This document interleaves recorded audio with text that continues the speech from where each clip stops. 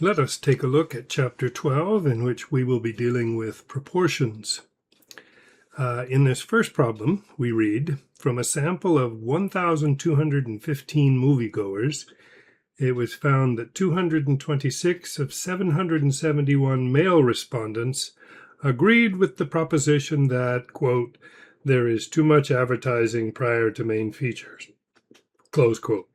While for females, the number who agreed was 111.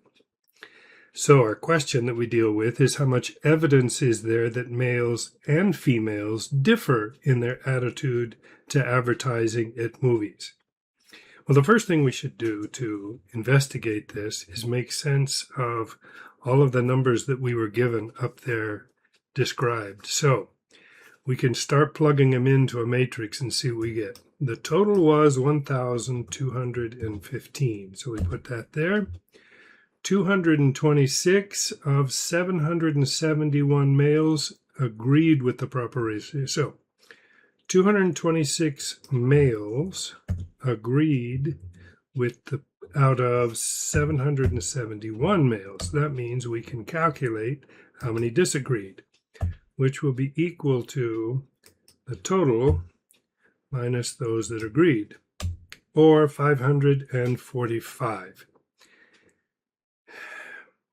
For females, the number who agreed was 111. Well, we can figure out how many females there were in total by simply saying this is equal to the total minus the number of males. And so we have the total number of females to be 444. And the females who agreed was 111. So we put that one over here. And the disagree is going to be equal to the total minus those that agree, so 333. We can calculate our totals down here by saying this is equal to the sum of these two, and copy that over, and voila, we have all of the numbers associated with the data described in the problem. Now, to be able to calculate whether or not males and females differ in their attitude to advertising at movies, we're going to calculate the proportion that agree and the standard error associated with that proportion. I have copied the formulas over here from the PowerPoint or from your reading that we will need. So the proportion is easily calculated. The proportion that agree is going to be equal to 111 divided by the total number. So B19 divided by T19 is 25%. I can copy that down. And so males is going to be 29% that agree. That was 226 out of 771. And out of the total, 337 agreed out of 1,215. Now, to calculate the standard errors, we're going to use this formula right here.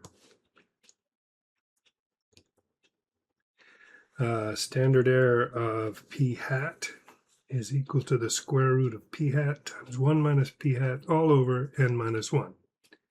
So I can program that in by saying equals SQRT square root.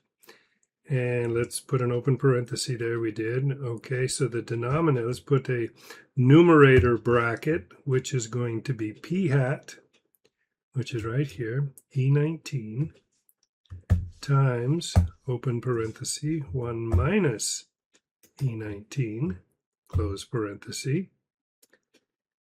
all over, divided by n, which is this one, minus 1, close parenthesis. Oops, I put in a 9. That's supposed to be a minus 1. Okay, and I forgot to put the open bracket here. Oof, sloppy.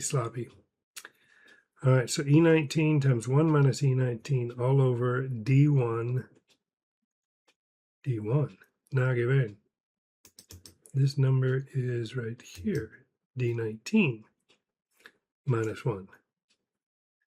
Sloppy Alice. Okay, close bracket, enter.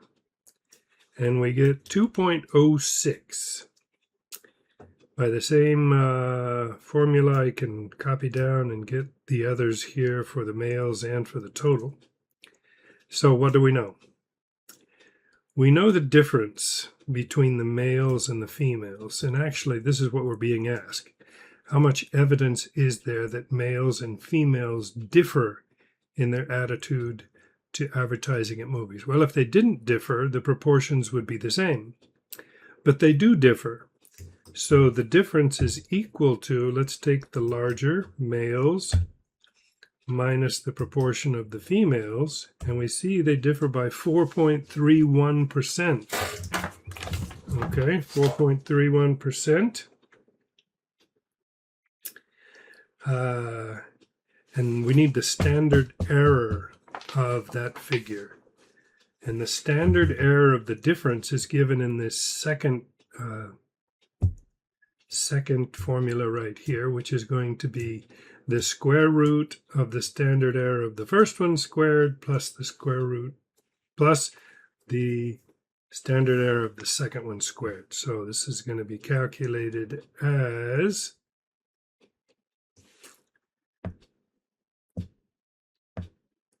I'm going to move this down just one so I can put in the standard error of the difference, and that is going to be equal to the SQRT square root of, let's see, open parenthesis, the standard error of the first one, which was this one, that raised to the second power. Let's just make sure that everything happens in the right order by adding some brackets here.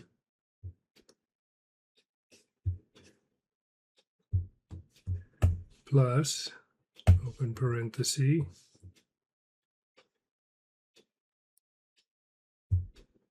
F20 raised to the second power, close parenthesis, close parenthesis. I think that's it. And if I do that, what do I get? Oh, found an error.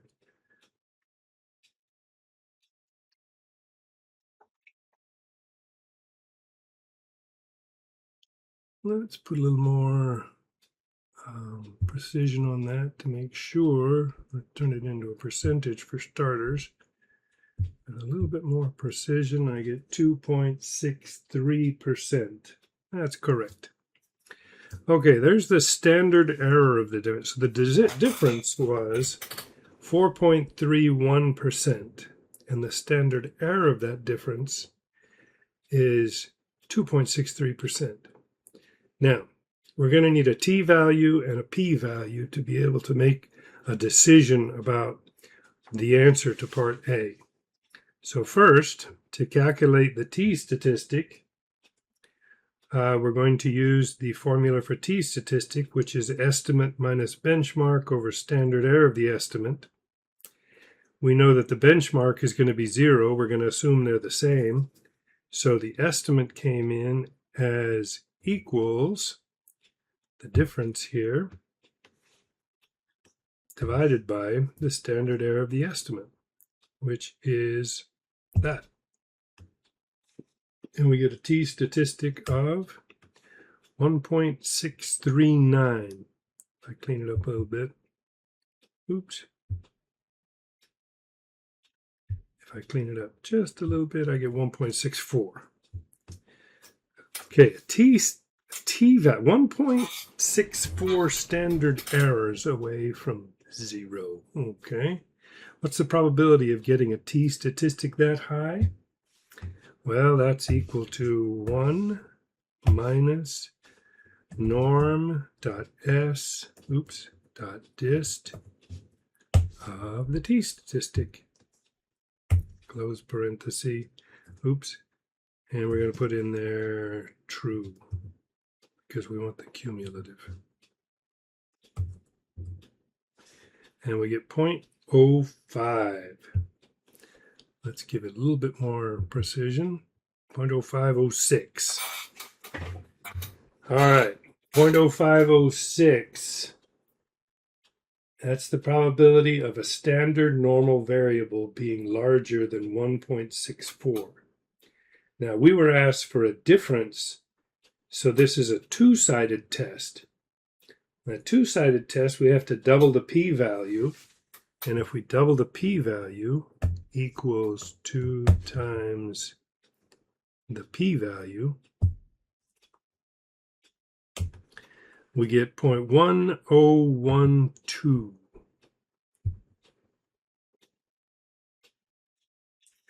Okay.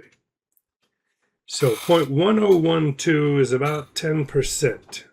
10% of this happening by chance if they are the same. So that we would consider what we call moderate evidence. Moderate, not extreme, not unlikely, just moderate. So you get a 1 in 10 chance of getting this much variability if they are the same. So that's how you'd do the first problem. Now the second part asks, estimate the overall proportion of the movie-going population who agree with the proposition.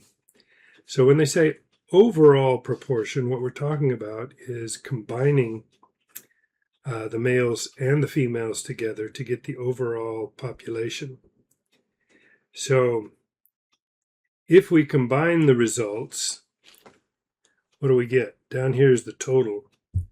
If we combine the results, we get 27.74% agree with the proposition. So this is gender neutral, who agree with the proposition. This would be a marginal probability. The problem here is that the case,